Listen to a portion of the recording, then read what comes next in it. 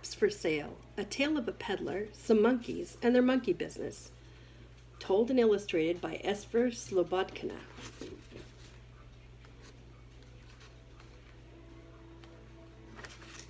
Once there was a peddler who sold caps, but he was not like an ordinary peddler, carrying his wares on his back. He carried them on top of his head. First he had on his own checked cap, then a bunch of gray caps, then a bunch of brown caps, then a bunch of blue caps, and on the very top a bunch of red caps.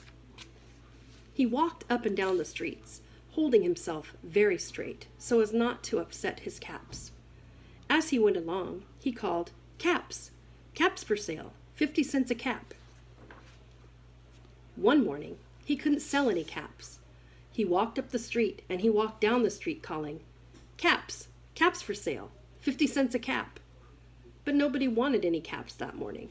Nobody wanted even a red cap. He began to feel very hungry, but he had no money for lunch. "I think I'll go for a walk in the country," said he, and he walked out of town, slowly, so as not to upset his caps. He walked for a long time until he came to a great big tree. "That's a nice place for a rest," thought he, and he sat down very slowly under the tree and leaned back little by little against the tree trunk so as not to disturb the caps on his head. Then he put up his hand to feel if they were straight. First his own checked cap, then the gray caps, then the brown caps, then the blue caps, then the red caps on the very top. They were all there, so he went to sleep. He slept for a long time. When he woke up, he was refreshed and rested. But before standing up, he felt with his hand to make sure his caps were in the right place. All he felt was his own checked cap. He looked to the right of him, no caps. He looked to the left of him, no caps. He looked in back of him, no caps. He looked behind the tree, no caps. Then he looked up into the tree, and what do you think he saw?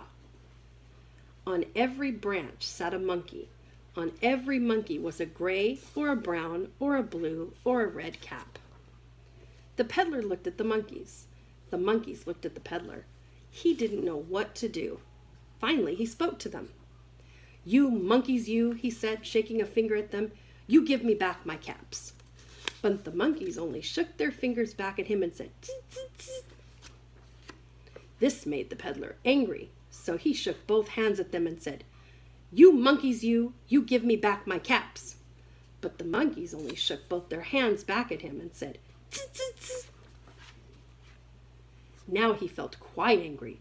He stamped his foot and he said, "You monkeys, you better give me back my caps." But the monkeys only stamped their feet back at him and said, "Tz, tz, tz." By this time, the peddler was really very, very angry. He stamped both his feet and shouted, "You monkeys, you must give me back my caps." But the monkeys only stamped both their feet back at him and said, "Tz, tz, tz."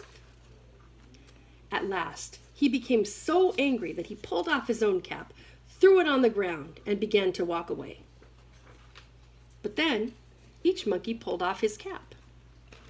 And all the gray caps, and all the brown caps, and all the blue caps, and all the red caps came flying down out of the tree.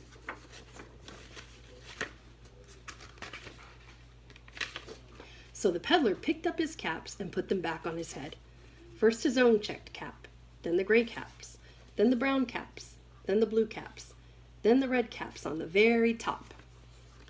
And slowly he walked back to town calling, "Caps! Caps for sale!